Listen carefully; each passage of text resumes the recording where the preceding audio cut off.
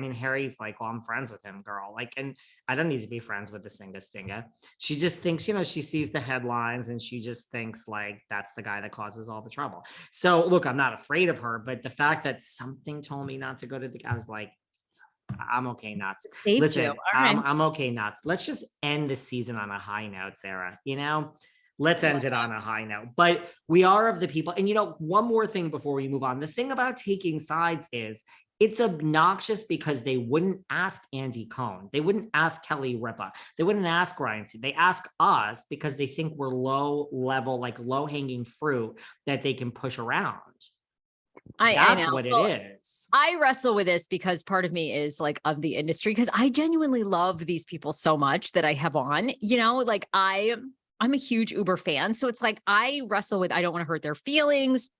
I'm not happy when I burn a bridge. Me neither. I hate it. Like, I want to be of the middle, like, I want some industry friends of the people, because like, I admire Wendy. Like, I truly, truly believe, and this is why I think it's going to be very hard for this new round of talk shows coming out.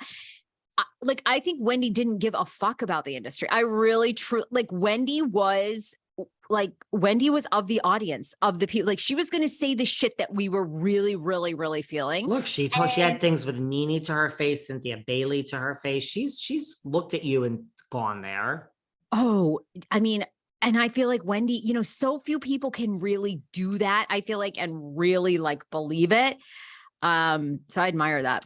No, I like, listen, I have industry friends, but it's organic, right? Like, I don't set out. It's just certain people come on the show and you like them. Like, my new Allison Dubois from Beverly Hills and I are having a love affair now. Like, it's just, I think it's organic. But, I have a situation. I don't know if I talked about this on here. I'll make it very quick. I have someone coming up, okay, from a major Oh, I think I know this. Okay, yeah. Yeah, I told you the story. And so like, look, this person came on. We loved each other. It's like a major person. It's from like one of the major Bravo shows. And like, we really bonded. We traded texts. Dude, bro, you're going to be in LA in January. We're going to have drinks. I'm going to bring this one and that one. I'm like, I'm going to go out with a whole cast of this. Yay. But so then it's like, listen, can you just do me a favor and send this episode to like my publicist? And I'm like, look, I don't do that, but sure, as a courtesy. And I said, like, if this publicist, like, if you said like one sentence they want taken out, fine. But they're not, oh no, don't worry, man. They're not going to nitpick this.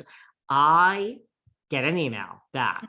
Go on. From this publicist that wants like 17 to 25 edits.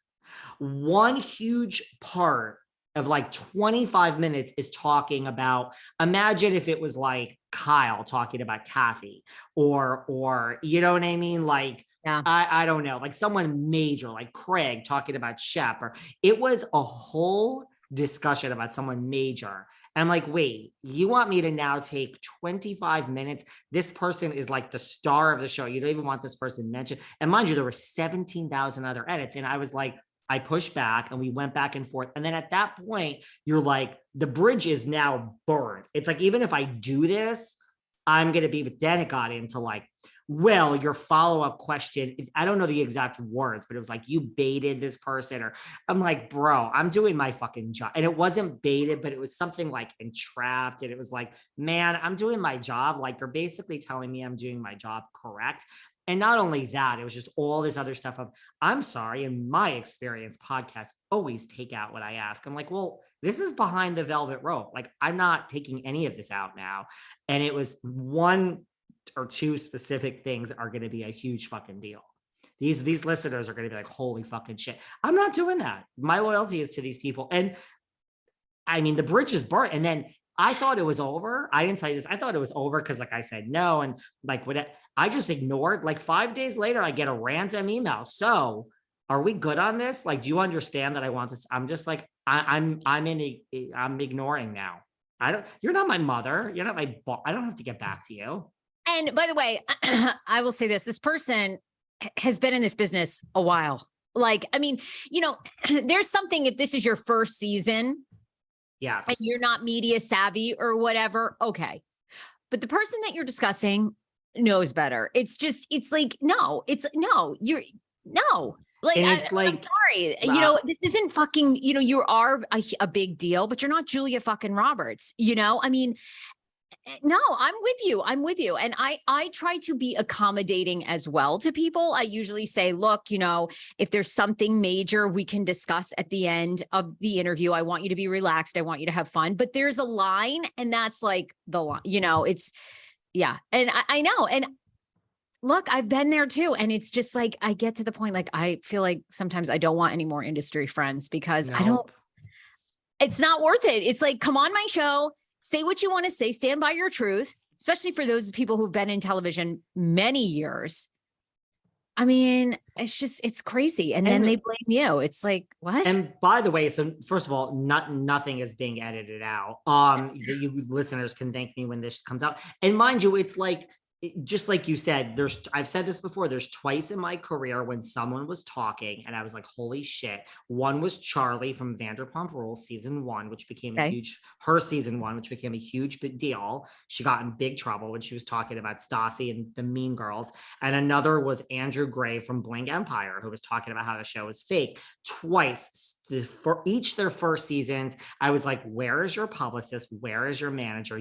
This is so awful what you're saying. This is going to go viral and you are fucked. Twice. The other 600 shows, exactly what you said. I'm like, you are you know what you're doing. And mind you, when I'm talking about, say, like I'm asking you about Andy Cohen or like, like a Lisa Vanderpump or like a Kathy, when you're saying things about a big fish, that this is the big fish. Like, we're not talking about, Raquel Leviss and, James Kennedy over. We're talking about like the big fish, like the Erica thing. So when you're talking about private stuff that no one's ever heard before, it's Andy Cohen or Lisa or whoever, you know what you're doing. Give me a fucking break.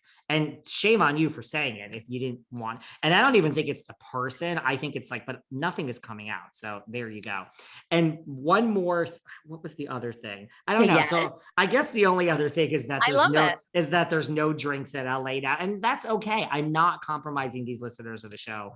There's no drinks? What does that mean? Well, now, I mean, the person I stopped texting with like reality legend of like, who I really did get along with.